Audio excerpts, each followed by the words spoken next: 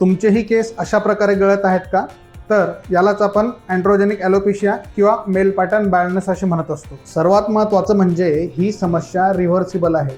एकदा जर hair follicle dead झाले तर मग पुन्हा केस उगवणं शक्य नसते. म्हणूनच आपण योग्य वेळी ट्रीटमेंट घेणे आवश्यक असते. म्हणजेच फॉलिकल डेड झालेले नसताना ट्रीटमेंट स्टार्ट करणे आवश्यक आहे. PRP किंवा GFC तसेच योग्य सप्लिमेंटद्वारे 90 to 95% रिझल्ट दिसतात.